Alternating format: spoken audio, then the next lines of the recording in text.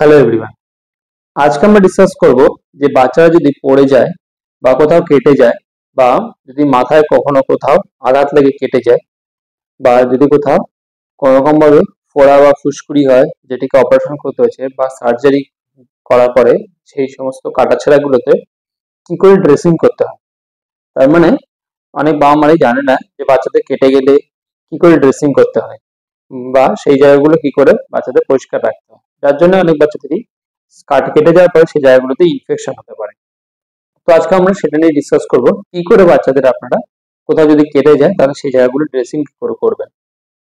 তো সবার ফার্স্ট, যদি কোথাও কেটে যায় বাচ্চার, তাহলে সেই জায়গাটি যখনই কেটে যাবে তারপরে ট্যাপ ওয়াটারে আপনারা 5 থেকে 10 মিনিট ধরে ভালো করে ট্যাপ ওয়াটার মানে জল চলছে সেরকম রানিং ওয়াটারে সেই জায়গাটিকে ভালো করে 5 থেকে 10 মিনিট ধরে ভালো করে ধোবেন, পরিষ্কার করবেন।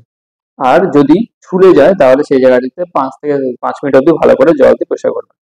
যদি সেই জায়গাটিতে আপনাদের কেটে যাওয়ার পরে ব্লিডিং, প্রচন্ড পরিমাণে ব্লিডিং হয়, তাহলে একটু পরিষ্কার করার পরেই 5 মিনিট ধরে পরিষ্কার করা তখন দরকার নেই, তখন 1 থেকে 2 মিনিট একটু জল দিয়ে পরিষ্কার করার পরে সেই জায়গাটিতে তুলো দিয়ে জোরে চেপে রাখবেন।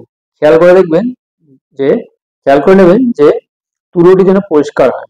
তা পরিষ্কার নতুন তুলো দিয়ে সেই জায়গাটি ভালো করে চেপে দেবেন। বা যদি আপনার কাছে যখন কেটে গেছে প্রচন্ড রক্ত বেরোচ্ছে, যদি হাতে কাছে তুলো না থাকে তাহলে হাত ভালো করে ধুয়ে জল দিয়ে সেই জায়গাটি প্রথমে একটু জল দিয়ে পরিষ্কার করে তারপরে নর্মাল প্লেন হাত ভালো করে ধুয়ে সেই হাত দিয়ে বাচ্চাটি সেই জায়গাটিকে চেপে দিতে পারে। বা যদি ধোয়া কোনো কাপড় থাকে বাড়িতে, পরিষ্কার করা কাপড়, তাহলে পরিষ্কার কাপড় দিয়ে সেই জায়গাটিকে চেপে দিতে পারেন যাতে ব্লিডিংটি কমে যায়। এবার যদি যে জায়গাটি ফুলে গেছে বা কেটে গেছে সেই জায়গাটিতে আপনারা প্রথমে ব্লিডিংটি যখন বন্ধ হয়ে যাবে পুরোপুরি, তারপরে সেই জায়গাটিতে আপনারা কি করবেন, বিটাডিন লোশন নেবেন। বিটাডিন লোশন নিয়ে সেই জায়গাটিতে তুলো দিয়ে বিটাডিন লোশনটি লাগিয়ে সেটিকে ভালো করে জায়গাটিতে গোল করে পরিষ্কার করবেন।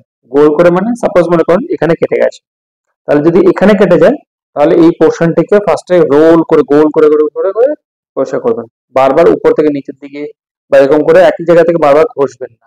নিয়ম হচ্ছে গোল করে ভেতরে প্রথম পরিষ্কার করবেন, তারপর আস্তে আস্তে বাইরেটা পরিষ্কার করতে থাকবেন, যাতে এই নোংরাটি ভেতর থেকে পরিষ্কার হতে হতে বাইরে অব্দি পরিষ্কার হয়। আবার যেন সেই জিনিসটাকে নিয়ে এসে আবার ভেতর থেকে গোল করে পরিষ্কার করবেন না, তাহলে কি হবে, বাইরে ভেতরে যে ইনফেকশনটি সেটি ক্লিয়ার হলো, সেটি পরিষ্কার করতে করতে বাইরে অব্দি পরিষ্কার করে দিলাম। আবার যদি বাইরে থেকে ভেতরে আনি তাহলে সেই নোংরা যে পরিষ্কার, যে নোংরাগুলো লেগেছিল, যে ভাইরাসগুলো লেগেছিল সেগুলো আবার সেই কাটা জায়গাতে চলে আসবে। সেজন্য একটা তুলে দিয়ে ভেতর থেকে বাইরের দিকে এরকম গোল করে ভালো করে পরিষ্কার করবেন বিটাডিন লোশন দিয়ে। এবার পরিষ্কার করার পরে জায়গাটি দেখবেন যদি প্রচন্ড বড় হয়ে যায়, বড় করে ফাঁকা থাকে, তাহলে সেখানে সেলাই করতে হবে, তার জন্য আপনারা ডক্টর কাছে নিয়ে যাবেন। আর যদি ব্লিডিং কমে যায়, বন্ধ হয়ে যায়, তারপরে জায়গাটি বিটাডিন দিয়ে ভালো করে পরিষ্কার করার পরে আপনারা জায়গাটিতে মলম লাগাবেন। অ্যান্টিবায়োটিক বা অ্যান্টিসেপটিক মলম, হয় অ্যান্টিসেপটিক মলম, অ্যান্টি মাইক্রোবিয়াল মলম পাওয়া যায়, সেগুলো লাগাবেন।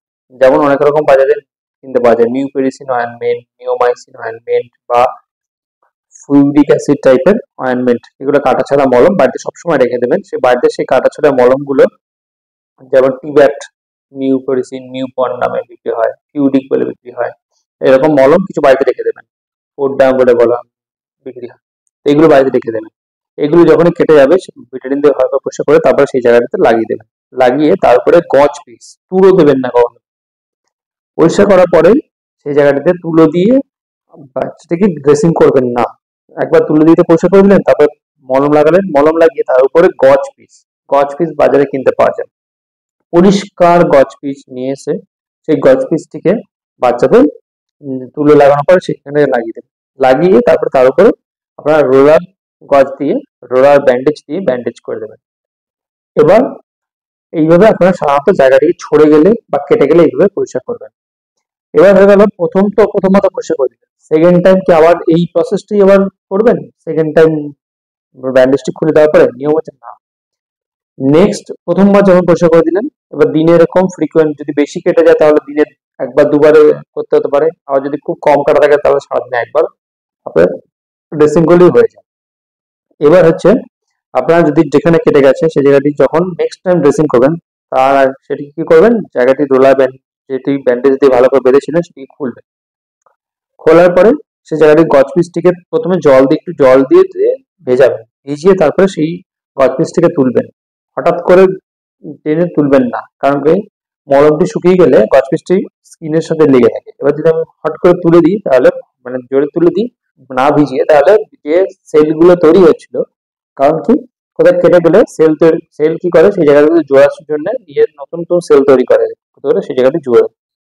যদি আমি কচপিসটিকে না ভিজিয়ে তুলে দিই, তাহলে কি হবে, এই যে কটা নতুন সেল ছিল সে কটা ছুলে বেরিয়ে আসবে, ছিঁড়ে বেরিয়ে আসবে, তাহলে কোনো রকম লাভ হবে না। তো সেই জন্য প্রথমে জল দিয়ে ভালো করে জায়গাটি আপনারা জল ঢালবেন, পরিষ্কার জল ঢেলে তারপরে জায়গাটি যখন ভিজে যাবে তারপরে কচপিসটাকে তুলে দেবেন। তুলে দেওয়ার পরে নর্মাল জল দিয়ে ভালো করে জায়গাটি পরিষ্কার করবেন। আর দেখবেন কোনো রকম হলুদ হলুদ পাঁস হচ্ছে কিনা। যদি পাঁস মানে পুজ হয়ে যায়, তাহলে আপনারা ডক্টরের কাছে নিয়ে যাবেন। আর যদি পুজ না থাকে, নর্মাল ক্লিয়ার থাকে, জায়গাটি ক্লিন একদম পরিষ্কার আছে, কোনো রকম অসুবিধা নেই, ব্লিডিং হচ্ছে না, জায়গাটা একদম পরিষ্কার সুন্দর আছে, সাদা আছে, তাহলে কি করবেন, সেই জায়গাটিতে আপনারা এবার ধোয়ার পরে সেখানে আর নেক্সট টাইম আবার ভিটামিন লাগানোর দরকার নেই। সেই জায়গাটি আপনারা ধুয়ে তারপরে জায়গাটি একটু গজ পিস দিয়ে ড্রাই করবেন, ড্রাই করে তার উপর আপনারা মলম লাগাবেন, লাগিয়ে আবার গজ পিসটিকে দিয়ে ভালো করে রোলার ব্যান্ডেজে ড্রেসিং করে দেবেন। তো এভাবে করবেন। এবার আমি বলছি যে কি কি ভুল করে সাধারণত বাবা মারা যদি কোথাও কেটে যায়, ছুলে যায়, প্রথম ভুল করে কি, জায়গাটি ভালো করে পরিষ্কার করে না।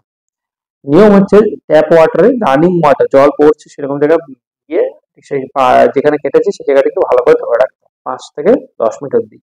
2 নম্বর হচ্ছে বাড়িতে যদি অ্যান্টিসেপটিক আপনাদের ডেটল টাইপের বা সুদল বা সুথল এরকম টাইপের জিনিস থাকে, সেটি জলের মধ্যে ভিজিয়ে সেই জায়গাটিতে ভালো করে লাগিয়ে দেবেন, লাগিয়ে সেই জায়গাটিকে অ্যান্টিসেপটিক লোশন দিয়ে পরিষ্কার করবেন। তারপর বাচ্চাটিকে আপনারা প্রভিডেন্ট আয়োডিন অয়েন্টমেন্ট দিয়ে জায়গাটিকে অ্যান্টিসেপটিক ভাবে জায়গাটি ব্যাকটেরিয়াটিকে মেরে দেবেন। এবার বাবা মারা সেইটি করেন না। আর কি করে বাবা মারা, ওখানে তুলো লাগিয়ে রাখে। তুলো লাগলে কি হবে, তুলোর ছোট ছোট ছোট রুই থাকে, সেই রুইগুলো ওই নতুন সেলের মধ্যে গায়ে লেগে থাকে, তাহলে যখন তুলোটি তুলতে হবে সেরকম তখন ওই তুলো রুইগুলো ওখানে অনেক সময় থেকে যায়, যেটি বাচ্চাদের যেখানে ওখানে ইনফ্লামেশন করে, মানে ওখানে ব্যথা শুরু করে, বারবার চুলকাতে শুরু করে, ইচিং করতে থাকে, যার জন্য বাচ্চা সেই জায়গায় বারবার চুলকাবে, হাত দিয়ে চুলকাতে উল্টে ক্ষতি হয়। এবার হচ্ছে এরকম করে রেগুলার ড্রেসিং করবেন।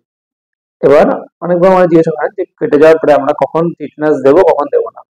এটির অ্যান্সার হলো, যদি আপনার বাচ্চা 5 বছর নিচে হয়, তাহলে আপনার বাচ্চা সাধারণত টিটেনাসটি আমাদের ভ্যাকসিন শিডিউলের মধ্যে থাকে। প্রথমে 1.5 মাস, 2.5 মাস, 3.5 মাসে, আর 16 মাসে যে ভ্যাকসিনগুলো থাকে তার মধ্যে টিটেনাস দেওয়া থাকে। এই জন্য প্রথম জন্মের পরে 5 বছরের মধ্যে যদি কোথাও কেটে যায়, সেটি যদি জং ধরা কোনো জিনিস থেকে কাটে বা নোংরা সেখানে থেকে যায়, তাহলে জায়গাটি ভালো করে পরিষ্কার করবেন, নাহলে টিটেনাস হতে পারে। জায়গাটি ভালো করে পরিষ্কার করবেন, পরিষ্কার করার পরে জায়গা যেমন বললাম সেভাবে ড্রেসিং করবেন। ড্রেসিং করার পরে আপনারা কি করবেন, টিটেনাস যদি বাচ্চার বয়স 3 বছরের ওপরে হয়, তাহলে আর টিটেনাস একটা ডোজ নিতে হবে। কিন্তু 3 বছরের নিচে হলে, যদি জং ধরা হোক আর যাই হোক না কেন, নোংরা হোক, কিছুতে ভালো করে পরিষ্কার করলে আর টিটেনাস দেওয়ার দরকার হয় না। তো 3 বছর থেকে 5 বছরের মধ্যে যদি নোংরা থাকে বা জং ধারা কোনো কিছুতে আঘাত লেগে কেটে যায়, বা সেখানে বা ধুলোর মধ্যে গিয়ে পড়েছে, বাচ্চা ধুলোর মধ্যে গিয়ে কেটে সে জায়গাটাতে ধুলো ধুলো জমে আছে, ভালো করে পরিষ্কার করেনি, তাহলে টিটেনাস নিতে হতে পারে। 5 বছরের পরে বাচ্চাদের সাধারণত কেটে গেলে, যদি ধুলো থাকে বা নোংরার মধ্যে থাকে বা কেটে গেলে, তাহলে বাচ্চাদের সাধারণত টিটেনাস নিতে হয়। আর হচ্ছে যদি একটা টিটেনাস নেওয়ার 2 বছরের মধ্যে যদি আবার কেটে যায়, তাহলে টিটেনাস সেকেন্ড টাইম নেওয়ার দরকার হয় না সাধারণত। এবার হলো, যদি বাচ্চার শার্প কোনো জিনিসে কেটে যায়, সূক্ষ্ম জিনিস, যেমন ব্লেডে কেটে গেল, ব্লেড দিয়ে কেটে গেল বা কাঁচে কেটে গেল, তাহলে টিটেনাস না নিলেও হয়, কারণ সেই জায়গাগুলো শার্প ইনস্ট্রুমেন্ট, ভালো করে জায়গাগুলো পরিষ্কার করলেই হয়ে যায়।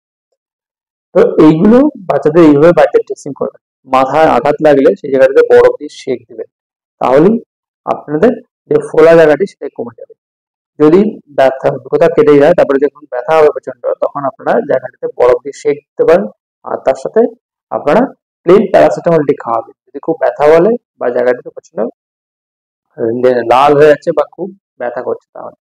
আর অ্যান্টিবায়োটিক কখন খাওয়া দরকার, যদি নোংরা কিছুতে কেটে যায় বা যদি জায়গাতে পাঁশ বেরোতে থাকে, পুজ হতে থাকে, বা জায়গাটিতে খুবই পরিমাণ নোংরা নোংরা হয়ে যায়, তাহলে আপনারা, আর জায়গাটি যদি প্রচন্ড লাল হয়ে চারপাশে ফুলে গেছে, তাহলে আপনাদের অ্যান্টিবায়োটিক খেতে হতে পারে। তো আর যদি বড় করে কেটেছে, ব্লিডিং না কমছে, তাহলে আপনার সমস্যা ডাক্তার কাছে যাবেন, যাতে সেলাই দরকার আছে কিনা সেটা ডাক্তার দেখে বলতে। তো আজকের জন্য আপাতত এটুকুই, দেখা হবে নেক্সট এপিসোডে। Thank you.